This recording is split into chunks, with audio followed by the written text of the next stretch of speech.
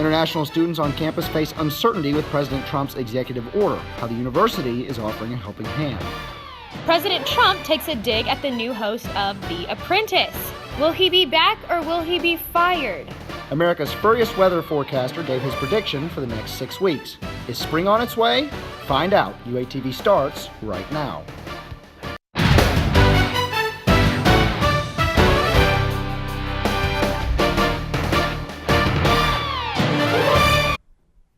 Welcome to UATV News at 7. I'm Andrew Epperson. And I'm Darren Dahlem. Thanks so much for joining us. Some students on campus are still dealing with the after effects of Trump's order on refugees. University Housing hosted an informal meeting today in Holcomb Hall, which houses many international students. During the meeting, faculty with the International Students and Scholars Office and the Counseling and Psychological Services answered questions and concerns posted by students. Officials explained that now, more than ever, international students should carry copies of their immigration documents with them. I think the number one message would be it's a very unusual time right now. These are things that have generally not happened, in most of our lifetimes. WAC says if students have any questions or concerns about immigration, to come to the International Students and Scholars Office. Northwest Arkansas residents who opposed President Donald Trump's travel ban protested in Fayetteville to voice their opinions. I had the opportunity to follow the protest from the very beginning. The land of the free and the home of the brave. For Iranian student Maryam Sadat Amir Vagafi, these words seem like something from the past and not a true description of America's present. Let me tell you, the imagination about America for me was a peaceful country and free country. But the thing that I see here is that America is not free country, is not peaceful country anymore for me.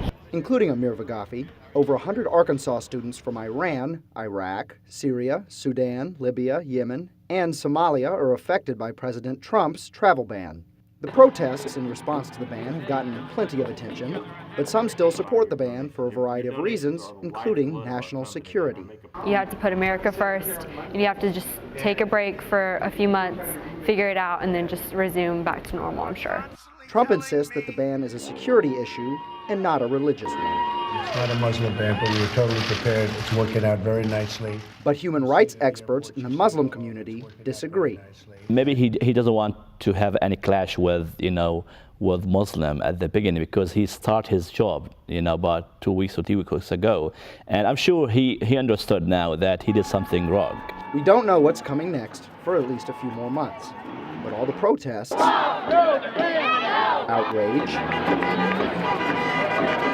and demonstrations have led Amir Vagafi to believe in the power of coming together. I want to see this ban just disappear as soon as possible, and I want to see my friends and my family come back here. I want to see that great America again, but the real great America. Refugees from 6 of these countries won't be able to enter the U.S. for 120 days, while Syrian refugees are banned indefinitely. The Pat Walker Health Center has reportedly seen more than 130 cases of the flu since the start of the spring semester, 57 of which were diagnosed this week. Director of Nursing Lynn Eddington had this to say, and I quote, "We are seeing more and more students with confirmed cases of influenza. We encourage everyone to take the necessary prevention measures and get a flu shot, which is the best way to protect yourself against the virus," end quote. The center encourages students to get the flu vaccine, practice good hygiene, and seek medical treatment if flu-like symptoms occur. With flu cases spreading across campus like wildfire, UATV's Jacob Aldama found out how you can stay clear of germs. It's that time of year again, the time when everyone must be careful about where they put their hands. Germs are spreading like wildfire, and before you know it, students will begin to drop like flies. The Director of Communications for the Pat Walker Health Center here on campus, Zach Brown, says that there are some easy precautions that you can take.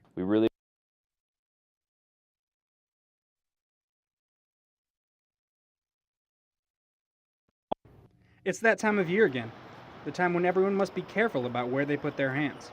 Germs are spreading like wildfire, and before you know it, students will begin to drop like flies. The Director of Communications for the Pat Walker Health Center here on campus, Zach Brown, says that there are some easy precautions that you can take. We really want students to practice good respiratory hygiene, so things like coughing into their shoulder or a tissue, making sure they wash their hands regularly. doesn't take much to keep your hands clean. In fact, all it takes is a little rub. But just washing your hands isn't enough. You can't forget the appliances. The other thing that students don't think of is the importance of disinfecting surfaces. At your own home, it's really important to make sure that you disinfect your surfaces and make sure that you don't spread germs that way.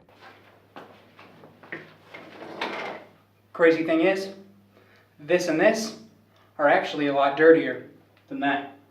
Laptops, your desks at home, your chairs, doorknobs. Doorknobs are a huge spread of germs, and so I myself I use the Clorox disinfectant wipes, and I wipe down my doorknobs every day, so that way I'm trying to kill the germs.